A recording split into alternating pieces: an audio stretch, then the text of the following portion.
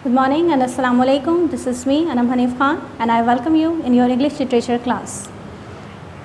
In last class, we have started our new chapter, that was unit number 4, and it is a poem, namely The Tide Rises and the Tide Falls.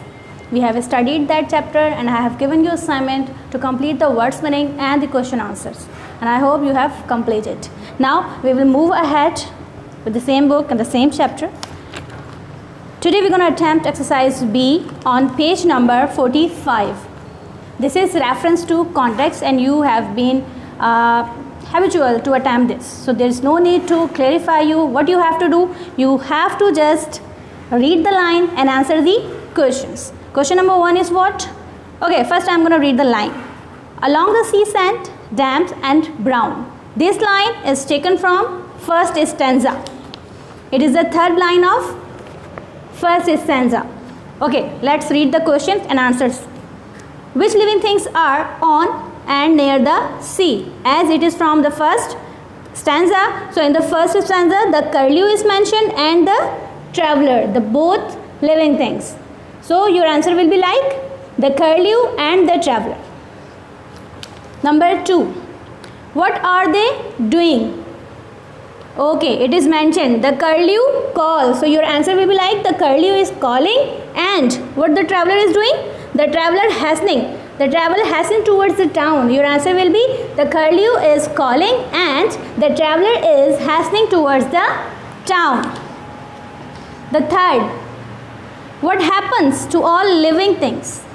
What happens? We have studied in this chapter. What happens? All living things die one day. This is your answer. We will attempt only question number 1, 2 and 3 of part 1. Now move ahead towards the next exercise, that is exercise D part 2. Unscramble these words that are used to describe different times of day and night. In your book, page number 47, there is a green box given and there are some scramble words. They have given you a hint that they are related to day and night, means time. As for example, the first spelling they have given W-A-N-D. You have to arrange this spelling and make a word which is related to the day and the night. So W-A-N-D, it will be arranged like D-A-W-N, dawn, early morning. Okay, the next is what? S-K-U-D.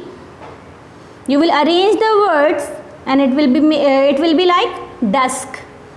So like this you will solve all the words, you will arrange the scrambles and you will make a word. Then you have to do exercise E. That was exercise D part 2. Now next exercise you will attempt, that is exercise E.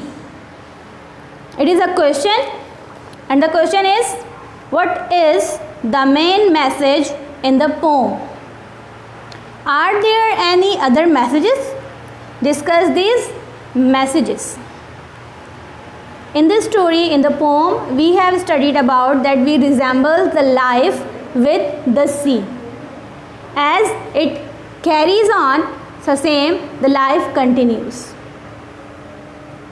So what will be the message? The message is, nature is indifferent to the life of human. And when a human dies, nature still continues its cycle. It gives the message that human beings are mortals, whereas the sea or the nature is immortal. Means one day we will die, but the rise of the tide and the falls will be carry on. We human beings are mortals and the sea is immortal. These are the exercises you have to do in your copy. Make sure your work should be neat and clean. First, you will continue by the exercise B, reference to context part 1. Question number 1, 2 and 3. Then exercise D part 2. It is on page number 47. You have to unscramble the words. Then exercise E, that is the message of the poem. You may write the message according to your ideas. You may share your views, that what you have got from this poem. This is okay. I am repeating and I am telling you the message. Listen to me very carefully. The main message in the poem is that nature is indifferent to the life of humans, and when a human dies, nature still continues its cycle. It also gives the message that human beings are mortals, whereas the sea and the nature is immortal. This is all done for today. Inshallah, we'll meet in the next class. You have to complete your work. Till then, Allah Hafiz from my side.